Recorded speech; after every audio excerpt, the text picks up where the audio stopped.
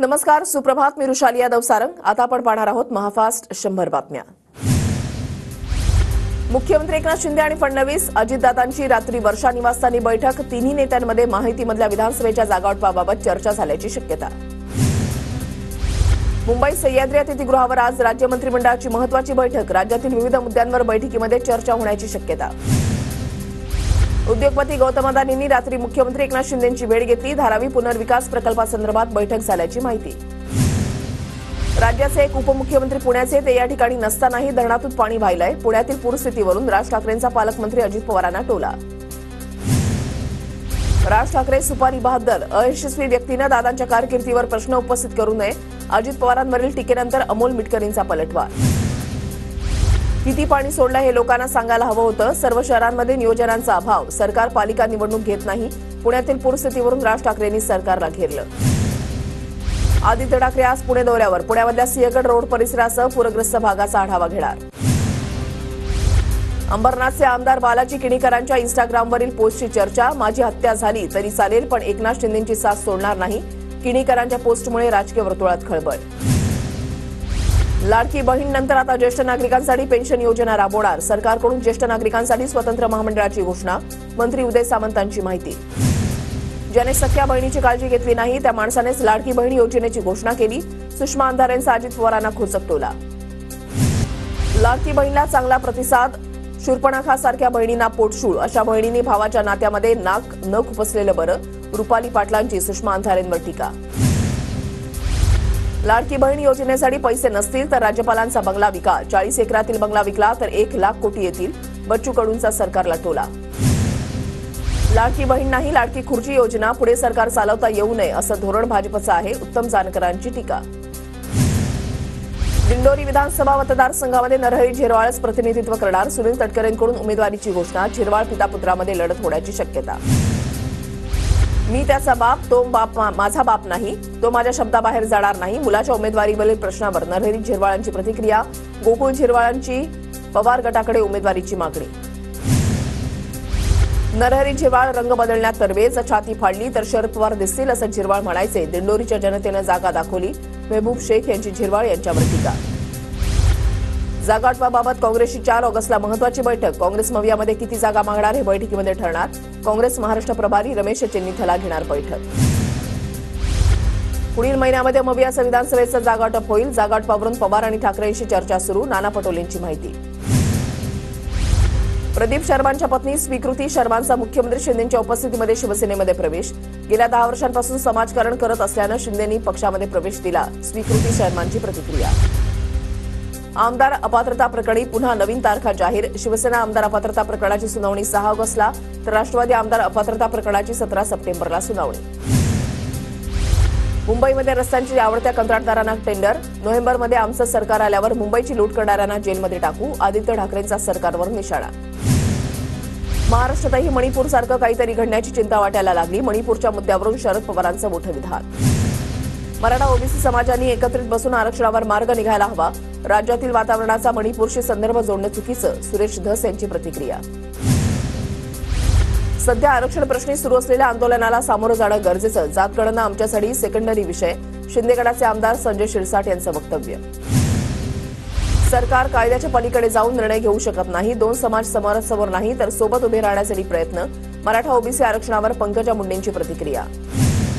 288 पाडायचे की लढवायचे बैठकीमध्ये ठरवणार. जरांगेंचा इशारा. तर कृती करेपर्यंत एखाद्याच्या बोलण्यामध्ये तथ्य नाही.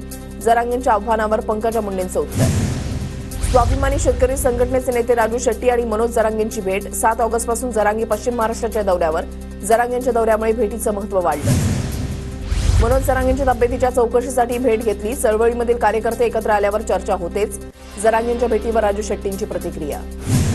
मातोश्री समोर आज मराठा क्रांती ठोक मोर्चाचं आंदोलन. उद्धव ठाकरेंनी मराठा आरक्षणाबाबत भूमिका स्पष्ट करण्यासाठी आंदोलन.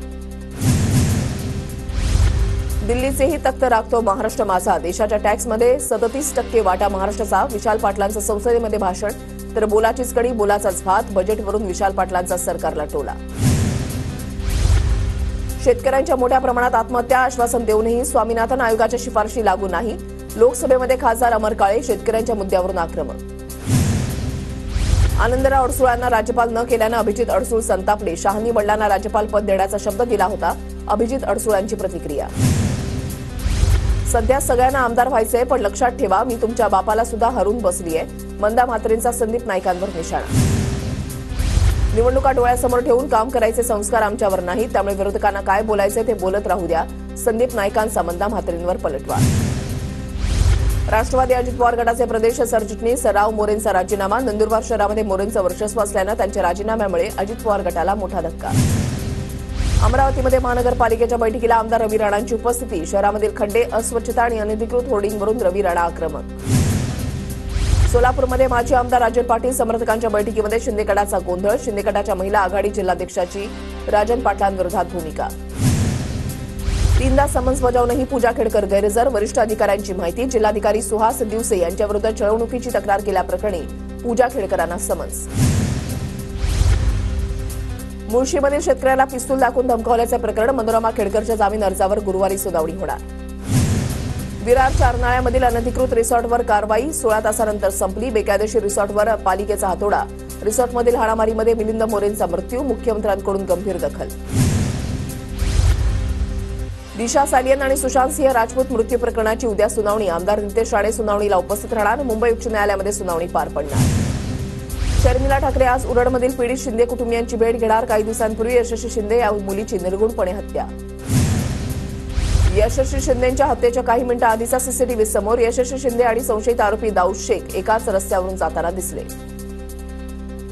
उरणमधील मृत यशस्वी शिंदेवर अत्याचार झाले नाहीत. यशस्वी शिंदेच्या शवविच्छेदन अहवालामध्ये माहिती समोर. आरोपीनं हत्येच्या उद्देशानंच तिच्यावर वार केल्याची माहिती.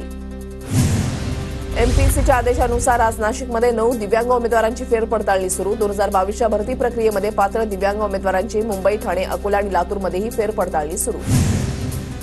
पुण्यामध्ये पुना हॉस्पिटल जवळील मुठा नदीपात्रामध्ये काल एक शाळकरी मुलगा वाहून गेला. मुलाचा शोध अद्याप लागलेला नाही.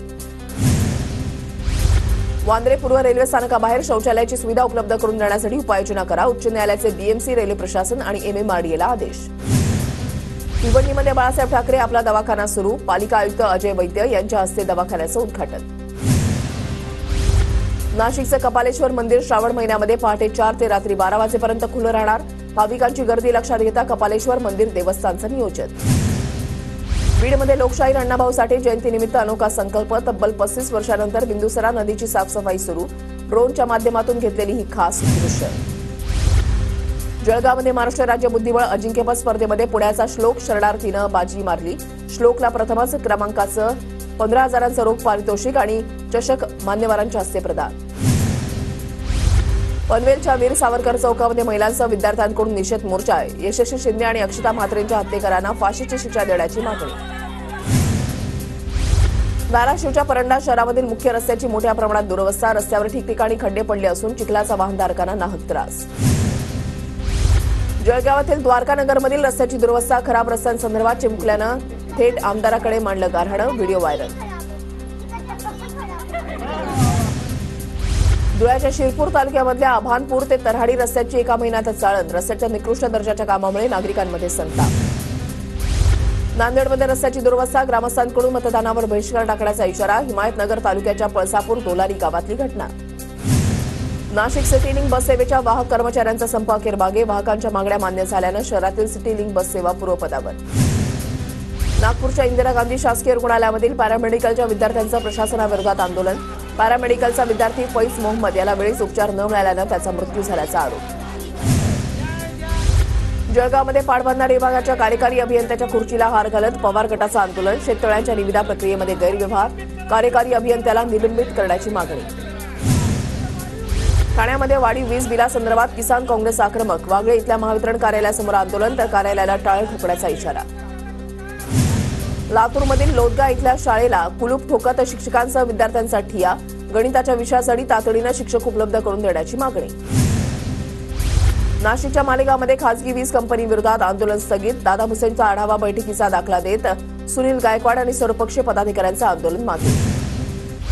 अहमदनगरच्या महावितरण कार्यालयामध्ये ठाकरे गटाचं ठिय्या आंदोलन. महावितरणच्या गलथान कारभारामध्ये सुधारणा न झाल्यास शिवसेना स्टाईलनं आंदोलनाचा इशारा.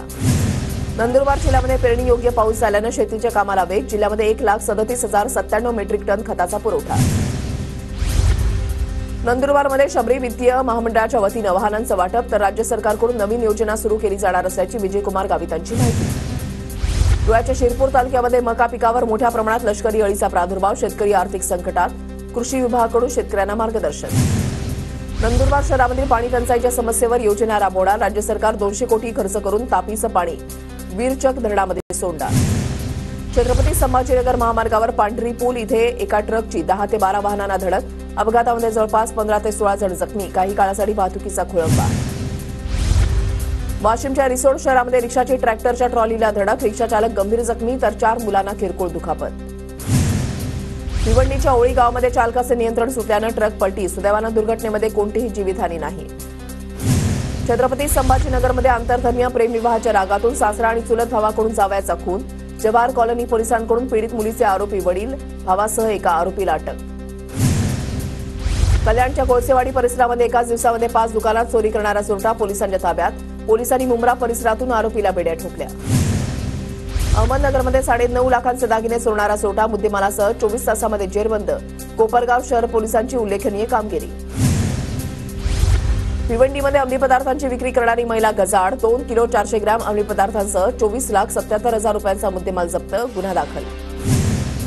31 जुलैपर्यंत मराठवाडा, नाशिक, सांगलीसह कोल्हापूर, पुण्यामध्ये मध्यम पावसाची शक्यता, तर 1 ऑगस्टपासून पुन्हा जोरदार पाऊस, हवामान विभागानं वर्तवला अंदाज। पुण्याच्या खडकवासला धरणातील पाणीसाठा 85%वर, खडकवासला धरणातून मुठा नदी पात्रामध्ये 25,036 क्युसेक वेगानं पाण्याचा विसर्ग, नदीकाठच्या नागरिकांना सतर्कतेचा इशारा। जळगावच्या जामनेरमधील वाकी नदीला पूर, नदीवर पूल नसल्यानं ग्रामस्थांसह विद्यार्थ्यांचा नदीच्या पाण्यातून जीवघेडा प्रवास। धुळे जिल्ह्यामध्ये जोरदार पाऊस झाल्यानं भात नदीला पूर, फरशी पूल पाण्याखाली गेल्यानं धंदाणे तिसगावचा संपर्क तुटला, विद्यार्थ्यांची गैरसोय। धुळ्यामध्ये सुरू असलेल्या संततधार पावसामुळे लळिंग येथील धबधबा प्रवाहित, पर्यटकांची मोठी गर्दी, परिसरातील अनेक बंधारे पूर्ण क्षमतेनं भरले। कोल्हापूरच्या इचलकरंजीमध्ये कुरुंदवाड आणि भेरेवाडीला पंचगंगा नदीच्या पाण्याचा वेढा, नागरिकांनी खबरदारी बाळगण्याच्या प्रशासनाच्या सूचना। सांगली आणि मिरजमध्ये पाणी पातळी स्थिर, सुरक्षेच्या कारणास्तव जिल्हा प्रशासनाकडून मॉक ड्रिल, जिल्ह्यातील वरिष्ठ अधिकाऱ्यांची लष्करी जवानांसोबत बोटीतून पाहणी। लातूरमधील जवळगा इथे रेणा नदीवरील बंधाऱ्यामध्ये नव्यानं पाणीसाठा आला, आमदार धीरज देशमुख यांच्या हस्ते बंधाऱ्यातील पाण्याचं जलपूजन। भंडाऱ्यामध्ये मुसळधार पावसानं जनजीवन विस्कळीत, खातरोड मार्गावरील नागरिकांना बसला पुराचा सर्वाधिक फटका, डॉक्टर बाबासाहेब आंबेडकर अभ्यासिका केंद्रातील विद्यार्थ्यांच्या नोट्स आणि महत्त्वाचे डॉक्युमेंट्स भिजले।